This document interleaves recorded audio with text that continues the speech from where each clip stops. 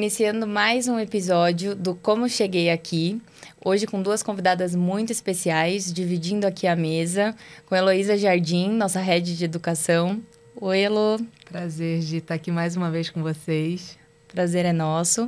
E trazemos aqui também nossa convidada, Mônica Hauck, CEO e fundadora da Solids, plataforma de RH HR Tech. Oi, Mônica. Oi, prazer estar aqui, gente. Muito prazer bom. É todo nosso. Mônica, vamos começar do começo? Na verdade, vamos começar do fim. Falando em como cheguei aqui, o que é esse aqui? Quem é a Mônica hoje? Como você atua? Onde você está na Solids? Então, o seu trabalho como CEO, para a gente depois entender toda a sua trajetória, para exatamente como eu cheguei ou até aqui. Muito bom. Bom, hoje eu sou fundadora e CEO da Solids. A Solids, ela desenvolve uma plataforma, nós entregamos uma plataforma, né, onde a gente tem ali uma jornada de RH muito focado nas pequenas e médias empresas. Então, a gente tem um software completo de RH que pega toda a jornada, desde o início, enquanto a pessoa ainda é um candidato, faz o seu processo seletivo, ela é contratada, avaliação de desempenho, pesquisa de clima, ou seja, a gente faz o dia a dia do RH para as empresas. E por que a gente faz isso? Porque a gente descobriu que o Brasil perde muito dinheiro. Todos os anos a gente perde bilhões de reais com rotatividade e produtividade baixa, especialmente nas pequenas e médias empresas. Então, nossa missão é essa. A gente entra nas empresas, entrega uma jornada eficiente de gestão de pessoas e aí a gente reduz a rotatividade das empresas e aumenta a produtividade. É assim que eu estou hoje. Posso já começar a entrar no pessoal? Por que a Mônica trabalha com isso? Por que a Mônica fundou a Solids? Exatamente pela percepção. Tudo começa com o desenvolvimento, com curiosidade, né? Aquelas coisas assim que quando volta na história a gente vai se conectando. Mas eu e o Ale, que é meu sócio, né? E também é meu marido, sem ter essa parte. Depois vamos contar uma curiosidade. A gente começou a desenvolver uma tecnologia de mapeamento comportamental. O que a gente observou? Que no Brasil, essa tecnologia era uma tecnologia que podia mudar a forma de fazer gestão de pessoas, mas aqui no Brasil quase ninguém usava. Ou grandes empresas usavam, custava muito caro, e mesmo as grandes, quando elas usavam só para mapear diretoria para cima, gerência para cima. E quando a gente viu o potencial que essa tecnologia podia gerar de mapeamento de soft skills, de desenvolver as pessoas, de selecionar as pessoas de uma forma diferente, a gente falou assim, acho que estão dando remédio para quem não está doente. Porque quando a gente olha onde está o problema da rotatividade, não é na gerência para cima, é na gerência para baixo. E quando a gente olha esse universo, né, das grandes empresas e das pequenas, a gente entendeu que a pequena era quem mais ia precisar, mas tinha um desafio. Ela não usava, ela não sabia que precisava usar e ela não tinha orçamento para usar. E muitas vezes nem tem essa área específica, né? Não tinha nada, assim, não tinha mercado. Quando a gente começou, a verdade é essa, não existia o mercado. Nós fomos criando esse mercado. Né? Então, se eu fizesse uma pesquisa de mercado, para abrir a Solids, Vocês tiveram que educar o seu cliente, né? O pequeno Tivemos e o que médio. Educar. Porque, assim, não estava clara a demanda. O RH não sabia que tinha que comprar uma ferramenta de mapeamento comportamental. Mas ele sabia que ele tinha problema com rotatividade. Por isso que é importante a gente não apaixonar pelo produto, mas pela dor do cliente. Causa raiz mesmo, né? Se eu fosse me apaixonar pelo produto, eu não teria chegado até aqui. Porque o meu cliente não conhecia o produto, mas ele conhecia a dor. E aí a gente foi pela dor, falou, olha, essa ferramenta ela é um meio para você resolver o seu problema de rotatividade, de baixa produtividade na empresa. E você falou de curiosidade, que eu adorei. E como é que você chegou nessa curiosidade pelo mapeamento comportamental? Vamos voltando aos pouquinhos dessa sua história para... Por que você teve curiosidade com mapeamento comportamental? 2 fatores. E aí a junção. Primeiro, a história pessoal do Ale. Né? O Ale, aos 17 anos, ele foi diagnosticado com fobia social. E ele conta que aos 17, eu não o conhecia na época, mas ele conta que ele teve contato com uma ferramenta, né? Não era uma ferramenta nacional porque não existia, e que aquilo gerou um autoconhecimento profundo que ajudou muito a ele destravar várias áreas da vida dele. Então, ele escolheu a profissão dele, ele resolveu fazer estatística depois disso, ele disse que ele conseguiu se relacionar melhor com as pessoas. Então, num momento muito difícil da vida dele, ele teve contato com essa tecnologia e essa tecnologia causou realmente uma transformação pessoal. Então, isso é um ponto. Por outro lado, eu sou formada em História. Olha. E eu sempre fui apaixonada por comportamento humano. Então, eu tinha também essa veia de entender e mapear. Então, eu ficava o tempo todo, e eu fui caminhando a minha trajetória, muito olhando, assim, padrões de comportamento, por que as pessoas aceitavam isso. Então, assim, todo mundo estudava um fenômeno. Por exemplo, as pessoas estudavam, sei lá, Hitler e o nazismo. Eu gostava de falar assim, por que a população alemã aceitou? E aí estudava... Tem um pouco de psicologia ali junto das... Você fez psicologia também? Não, formalmente não, mas eu era uma péssima aluna de História. Por quê? Porque eu fiz meu currículo. Acabou que eu assistia muitas aulas que não estavam no meu currículo. E eu pesquisava muito, eu estudava muito. Parte importante da minha graduação, eu passei na biblioteca. Né? Tinha essa época de...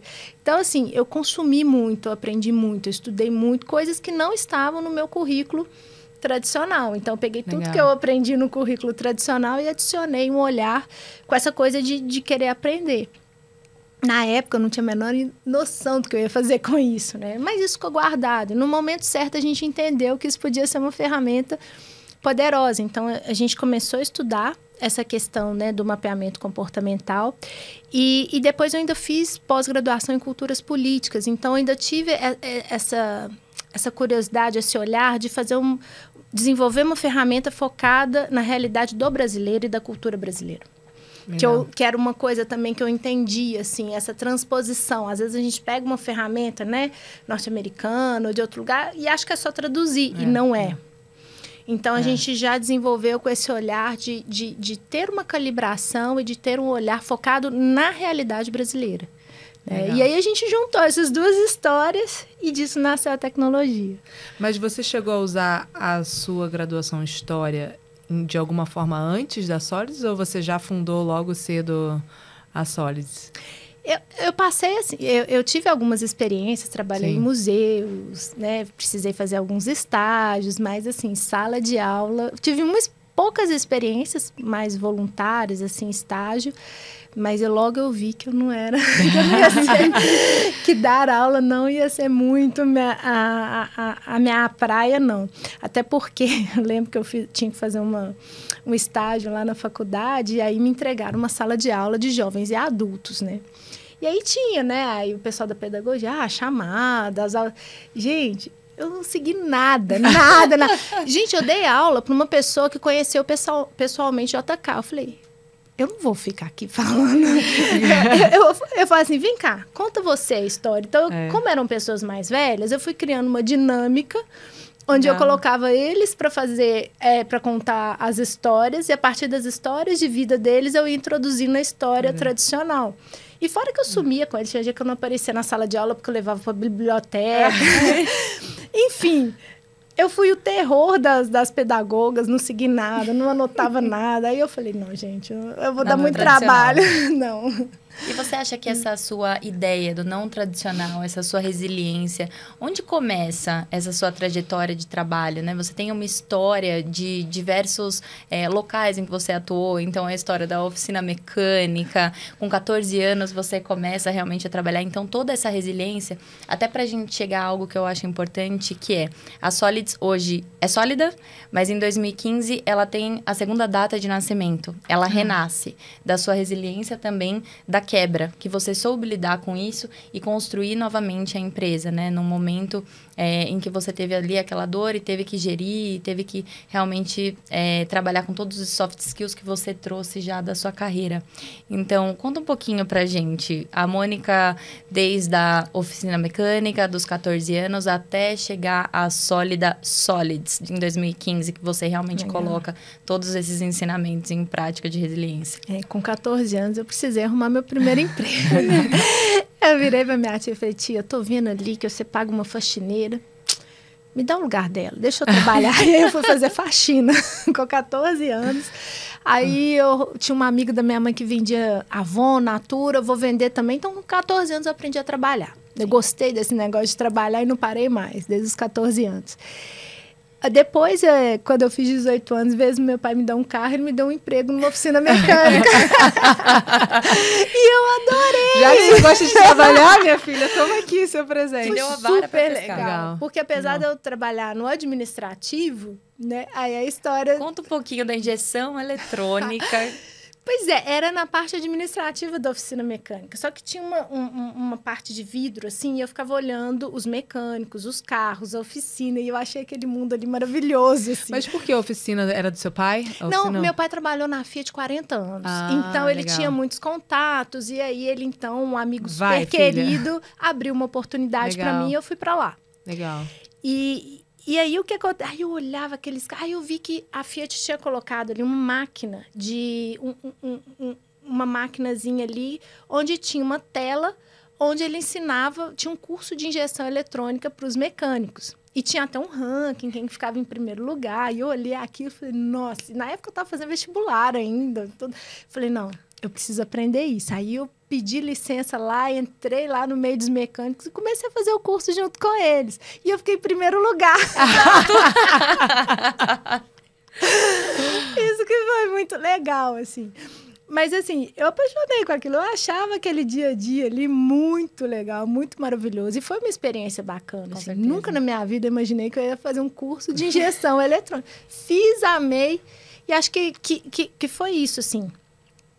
Tudo que aparecia para eu aprender, eu aprendia. Tudo que aparecia para fazer, eu fazia. E até o que não aparecia, eu cavava.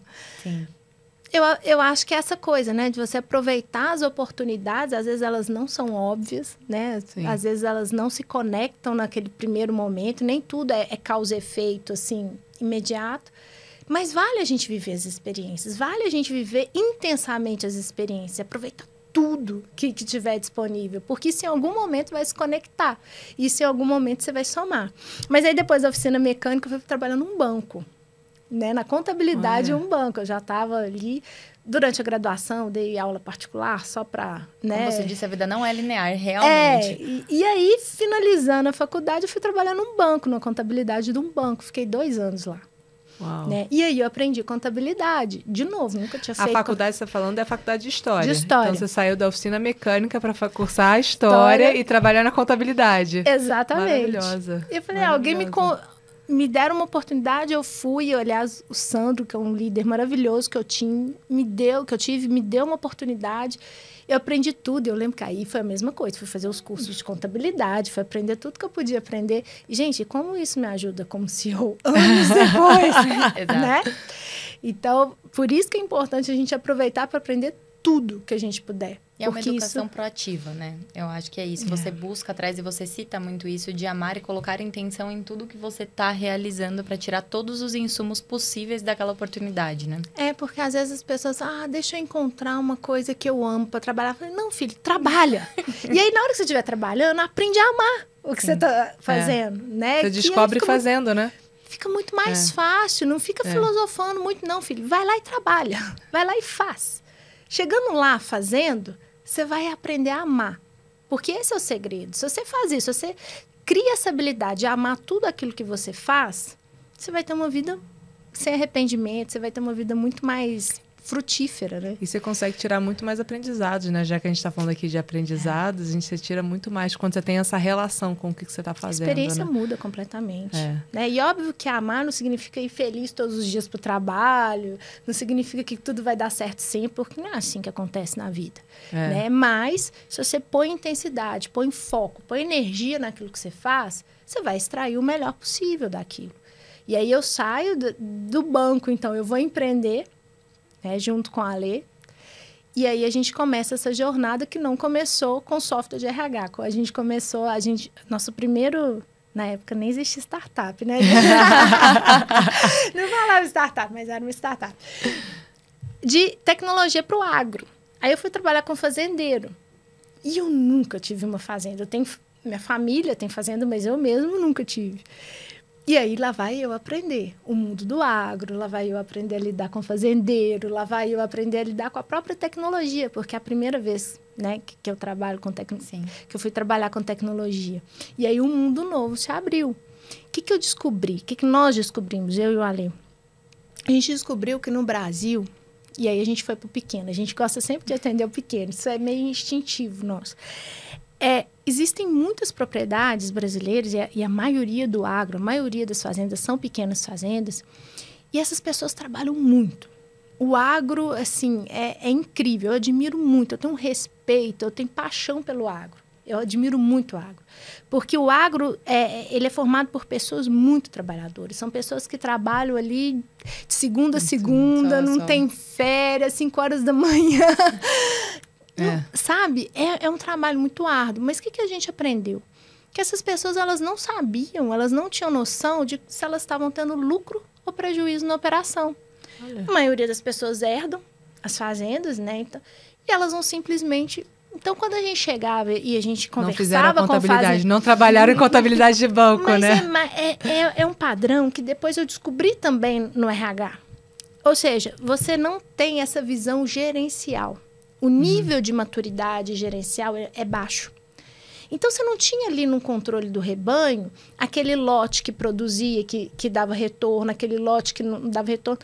Você tinha um fazendeiro que estava cuidando de forma indistinta de todo o rebanho. Então, a gente criou um software onde a gente ia mostrando, ensinando para o fazendeiro ali, e o veterinário ajudava muito, o filho, porque tinha isso, eu vendia, muitos anos atrás, para um fazendeiro que não tinha internet, eu vendia online, né? E um software que era muito à frente do tempo do que aquele fazendeiro estava acostumado.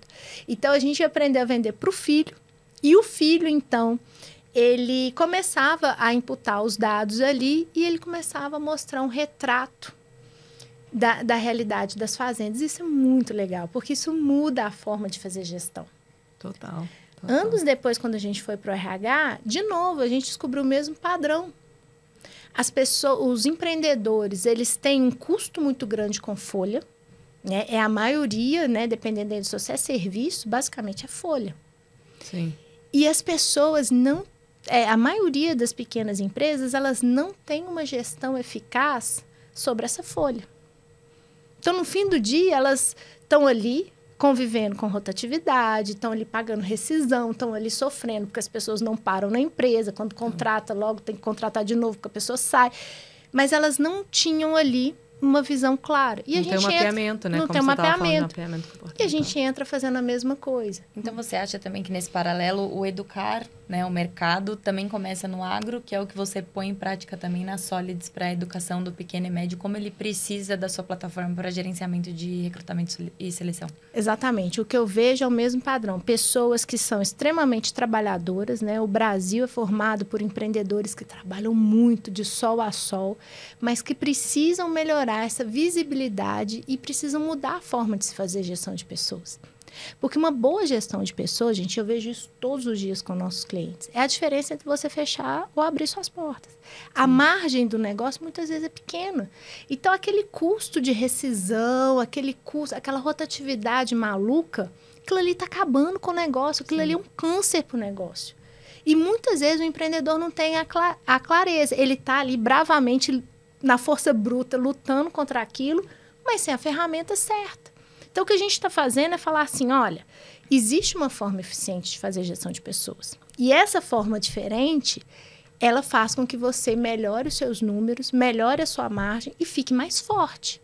No final do dia, igual lá atrás a gente deixava a fazenda mais forte, a gente deixa as empresas brasileiras mais fortes. Porque elas aumentam a margem, elas reduzem a rotatividade, aumentam a produtividade. Agora, tem que passar pela educação, porque isso não é claro para o empreendedor. Quando eu converso com o empreendedor, eu falo assim, gente, vamos lá, quem aqui é muito bom em marketing? Aí uns levantam, em vendas, outros, loja, todo mundo levanta. E pessoas? Ninguém levanta a mão. Existe uma urgência, uma oportunidade muito grande de educação dos empreendedores em relação à gestão de pessoas. E você vê, assim, falando do mundo das startups, né? Muitas startups dizem, eu não sei o número exato, mas dizem que uma das grandes razões delas não irem à frente é a gestão de pessoas. Né? Porque você tem uma ideia excelente, mas se você não consegue gerir o trabalho dessas pessoas e a cultura também, como você vai levar essa ideia para frente, né? A gente depende ainda de pessoas, né? Apesar da gente ter muita tecnologia hoje, quem gera essa tecnologia ainda são pessoas, né? Então, é muito importante isso que você está falando para o sucesso das empresas pequenas, médias e grandes também, né? Por mais que a gente, né, sempre vamos ter e teremos novas tecnologias, gente, na nossa economia, nosso jogo é um jogo de gente. Se o empreendedor não entende de gente, se o RH não entende de gente, ele não vai operar bem o negócio. Não tem variação sobre isso. Né? Então, o que a gente precisa trazer para as empresas? Primeiro, um método eficiente, né, para que a gestão de pessoas seja colocada na sua perspectiva correta. E segundo, a educação. Sim. E isso sempre acompanhou a gente. A gente sempre educou o nosso público, a gente gosta de fazer isso. Eu ia falar isso agora. Você sempre fala muito de educar o mercado, educar o público. Quando a gente fala de RH e dados, eu acho que já surge uma pulguinha, um desconforto. E hoje a sua plataforma ela tem 97% de acuracidade, né? Então, você traz, em outra entrevista, sobre dados, a personificação. Então, como a gente consegue criar algo especialmente para você? Então, como os dados para o RH, para as empresas, eles estão mudando a forma de gerir, porque da mesma forma que o streaming entrega para a gente o que a gente precisa depois de ler e entender a gente também precisa para RH. Queria que você contasse um pouquinho dessa sua experiência e de como vocês estão educando já essa forma dentro das pequenas e médias empresas. Legal. Primeiro que quando a gente chegou, por exemplo, até hoje, meu principal concorrente é o Excel. Né? Então, a gente lida com o universo onde a maioria das pessoas ainda não usam ferramenta ou elas usam ferramentas há muito pouco tempo. Né? Então, ainda não tem aquela... A tecnologia ela está chegando agora. O RH está passando por essa transformação agora. E quando o cenário que a gente encontrou é um cenário mais de subjetividade do RH. Então, quando a gente começa a trazer dados, mas não pode ser qualquer dado, né? Porque uma coisa que sempre vai ser um valor para a gente precisa, e eu falo isso muito com o nosso time de tecnologia, eu falo, olha, a gente não faz código, a gente desenvolve uma tecnologia humana. Essa tecnologia que está aqui, esses dados, eles têm que existir para conhecer profundamente quem é esse ser humano que está trabalhando na empresa. Como que ele funciona, como que ele pode crescer, como que ele pode prosperar, como que ele pode ser a pessoa certa no lugar certo. Isso muda o jogo. Isso faz toda a diferença. Sim. Então, o dado que às vezes o RH fica... no primeiro momento, fica assim, meu Deus, mas dado... dado é um negócio frio, né? Como diz lá em Minas, um trem frio. É um trem frio. E o que a gente está ensinando é que não. A boa tecnologia para a gestão de pessoas é uma tecnologia humana, que faz com que as pessoas, com que o RH, com que o empreendedor conheça profundamente quem é esse ser humano que está trabalhando. E a partir desse conhecimento de quem é esse ser humano, você pode entregar uma gestão de pessoas, uma experiência customizada. Uma experiência onde a pessoa ela não é um número, ela não é só uma... Ela está ali, tá? As informações, como ela funciona, né? De onde ela vem, se ela é mais introvertida, extrovertida, como ela reage sob pressão, como ela é motivada, porque as pessoas são motivadas de forma diferente. Então, é uma tecnologia que faz com que a pessoa tenha uma experiência diferente na ponta. E isso muda o jogo.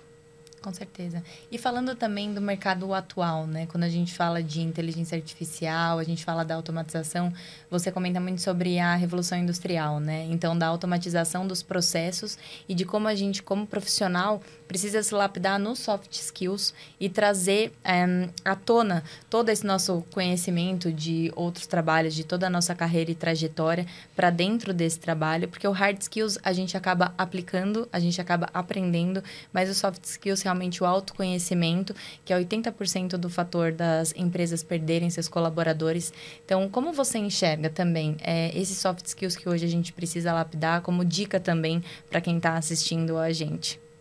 Eu acho que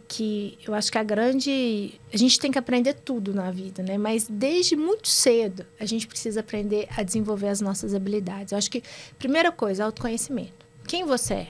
Você tem pontos fortes e você tem pontos a desenvolver. É assim que funciona com o ser humano, né? Então, ter esse conhecimento, essa clareza ajuda muito. Ajuda para a pessoa que está trabalhando, para o time, ajuda muito o time e ajuda muito o gestor, né? Então, ter essa relação onde o líder e o liderado têm essa dinâmica de autoconhecimento. Isso muda o jogo. Porque você mostra assim, como que a pessoa funciona no ambiente de trabalho e como que o líder também, como que ele vai trabalhar.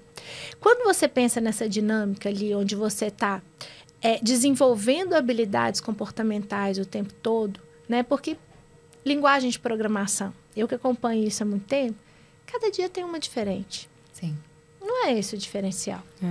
Commodity, né? Mas o que fica, né? É o como você reage, é o como você lida com essa ferramenta, com esse meio. Então, cada vez mais também, as pessoas têm que ter essa clareza de que sim, tem que continuar aprimorando a parte técnica, ela é muito importante, a gente não pode desprezar. Mas o aprendizado, ele tem que ter essa perspectiva de você aprender cada vez mais as questões técnicas, mas desenvolver as comportamentais, sobretudo. E você tem que estar pronto para esse aprendizado, você tem que estar pronto para essa descoberta. E muitas vezes, e aí é uma pegadinha, porque muitas vezes isso envolve desconforto, envolve dor, porque crescer dói. Aí que eu queria fazer uma pergunta, assim, como é que vocês... de novo, mais uma curiosidade, eu sou curiosa também. Mas como é que vocês conseguem usar a ferramenta para ajudar as empresas e os gestores para usarem isso para o desenvolvimento e não para punir?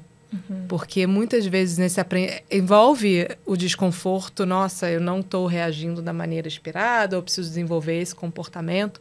E a gente vê que muitas vezes a solução é desligar a pessoa, como você falou, alta rotatividade. Enfim, como vocês conseguem usar essa ferramenta para ajudar no desenvolvimento real desses comportamentos e não usar como forma de punição dos gestores com as equipes? Primeiro que essa informação comportamental, ela está passeando pelo software inteiro. Então, por exemplo, o candidato, ele já recebe ali um presentinho de autoconhecimento. Ele já recebe um pedacinho ali para que ele tenha uma experiência diferente enquanto candidato. Então, você tem ali no recrutamento e seleção, você tem ali o match comportamental, técnico, você tem avaliação de desempenho, onde você faz ali a correlação de desempenho com perfil. E a ferramenta, ela vai induzindo o tempo todo ao desenvolvimento das pessoas. Legal. Porque quando você entrega dados técnicos, mas também dados de... E aí tem vários tipos de dados. Tem avaliação de desempenho, tem pesquisa de clima, mas tem dados comportamentais ali. E você dá ferramenta para esse líder desenvolver. Muitas vezes o líder, ele pune porque ele não tem ferramenta. Isso. Pensa, por exemplo, num líder financeiro, né? Pegando um aleatório. O gestor financeiro, às vezes, ele aprendeu, tem não sei quantos cursos de Excel, aprendeu tudo. Mas o que ele aprendeu sobre gestão de pessoas? Então, a gente precisa entender também que todo líder é um gestor de pessoas. Sim. Mas quando a gente olha para a formação, a gente percebe que existe... Primeiro, falta essa consciência de todo mundo, todo líder falar, eu sou um gestor de pessoas, né? As pessoas ainda acham que gestão de pessoas é só para RH.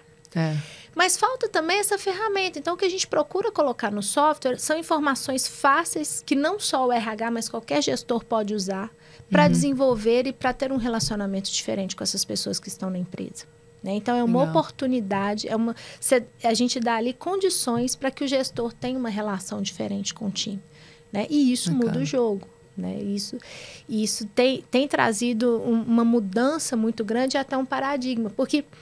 Óbvio que tem momentos que você precisa demitir as pessoas. Né? Isso é o melhor, às vezes, para o negócio e para a própria pessoa. Sim. Porque a pessoa certa no lugar errado, ninguém sai ganhando nesse cenário. Nem a pessoa, nem a empresa.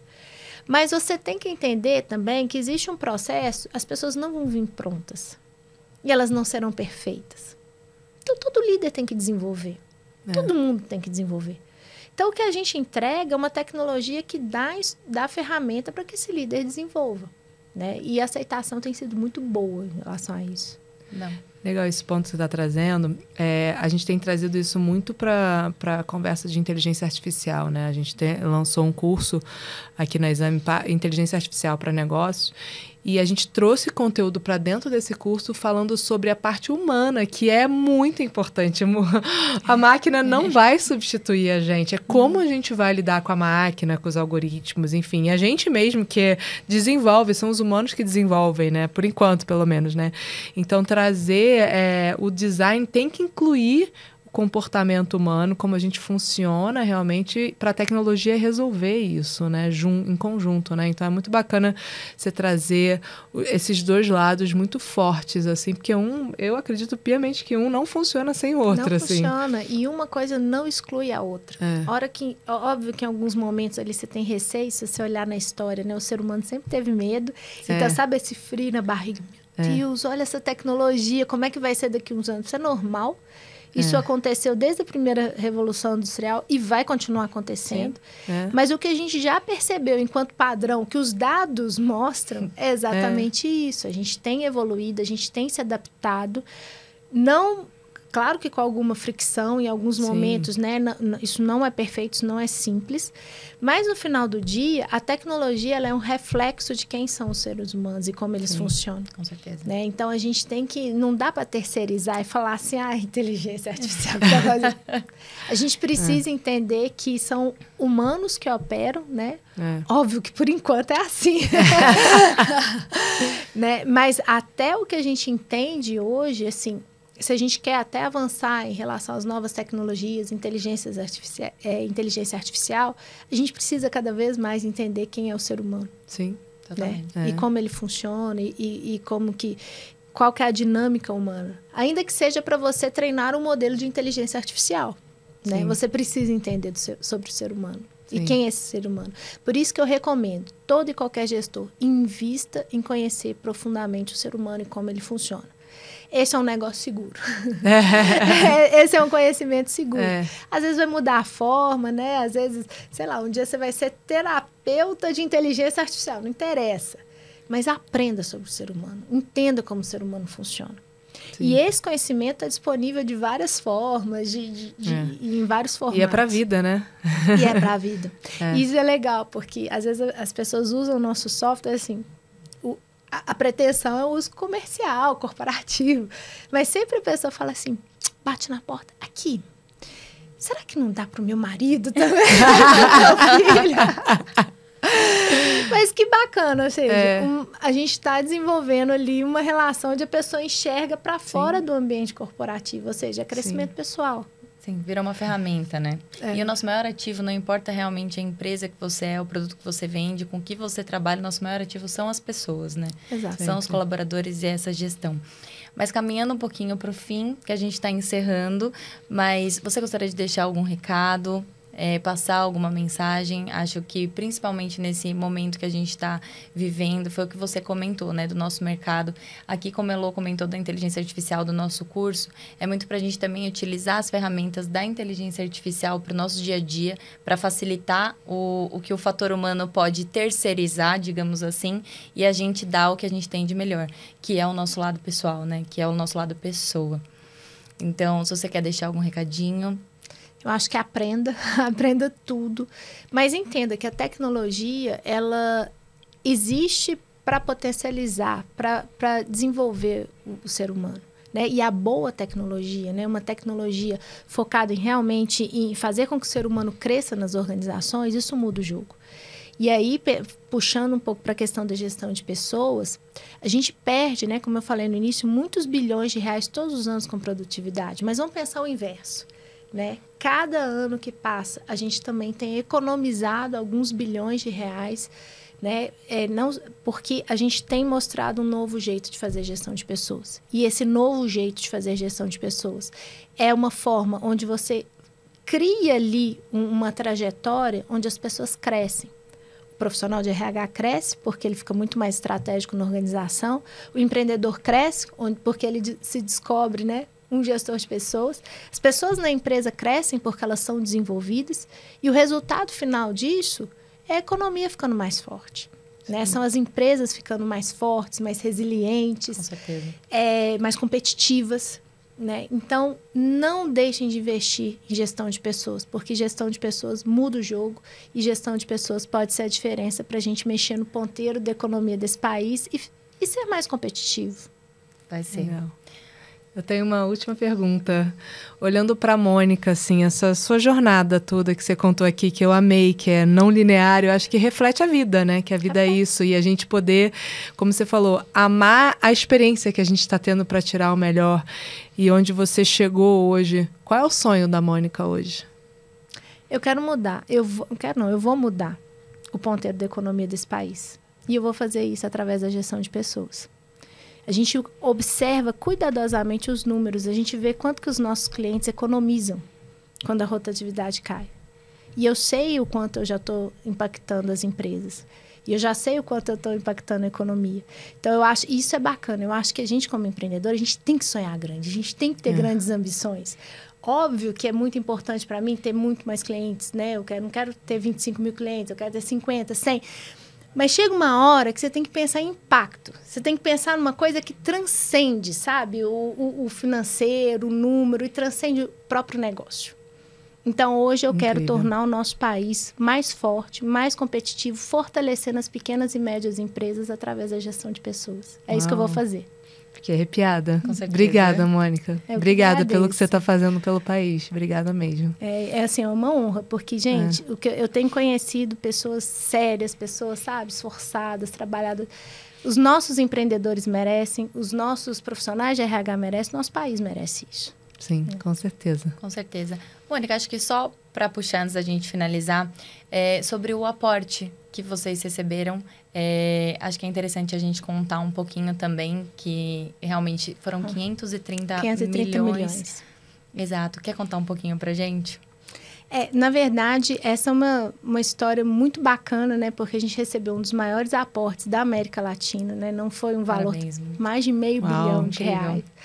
Mas essa é uma história, gente, que ela começou, e aí pensando em quem é empreendedor, quem tá começando, ela não começou com um sim.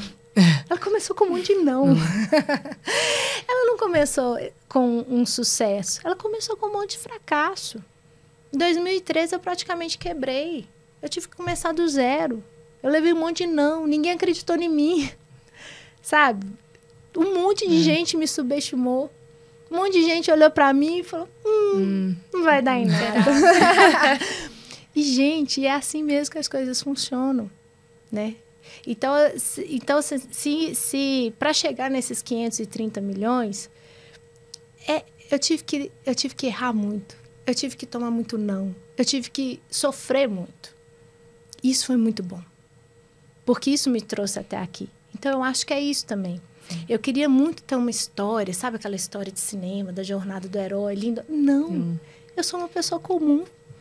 Mas uma pessoa que se comprometeu a se esforçar dia após dia. Uma pessoa que escolheu levantar da cama todos os dias com ou sem motivação.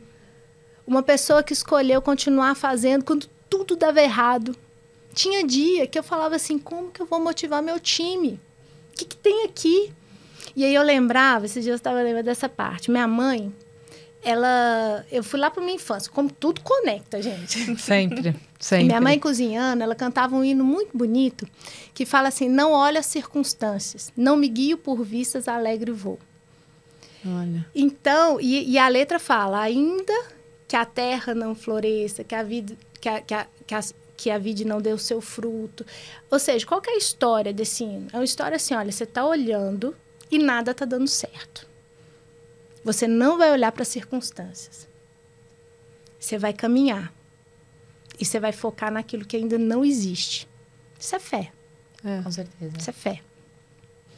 E isso, essa musiquinha, várias vezes, quando eu não tinha um centavo no banco, quando eu tinha que motivar um time, mesmo com tudo dando errado, a musiquinha, ela vinha.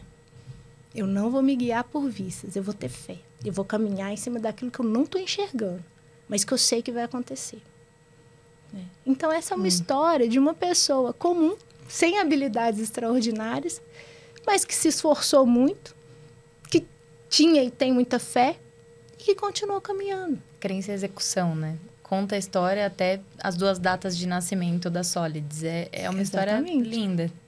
Né? Porque é uma história que a gente começa em 2010, 2013, 2014 a gente quebra, a gente começa de novo em 2015 e 2021 a gente tem um dos maiores aportes da América Latina. Uau. Né? Então é uma história de uma pessoa comum. né? E eu gosto de falar isso porque é uma história que está disponível para todo mundo. Sim. Cada um vai ter sua própria história, óbvio. Sim. Né? Mas é uma inspiração para o Brasil, né? E como a gente fala aqui na Exame, é de celebrar o capitalismo brasileiro, né? Isso é o mais legal, assim, de continuar nessa jornada. E o que você falou, a fé. A gente tem que ter fé, a gente tem que ter sorte, a gente tem que ter fé, tem que trabalhar e tem que ter prazer naquilo que a gente faz, né? Então, eu senti muito tudo isso de você, assim. Então, foi muito bacana, Mônica. Muito obrigada por compartilhar. Amei nosso papo. Obrigada, Mônica. Muito obrigada. Foi uma inspiração, com toda certeza. Obrigada por ter vindo e fazer parte desse nosso dia. Eu que agradeço. Obrigada, Elô. Obrigada. É um prazer estar aqui nesse papo gostoso. Eu queria ficar horas aqui. Certeza. Quero o próximo cafezinho. Com certeza. Terá que ter a parte 2. É muita história para contar. Mas obrigada também, você que assistiu até aqui. E tudo que a gente comentou e também sobre a Solids, a gente vai deixar aqui nos comentários, na nossa bio e também o site. Tá bom? Muito obrigada.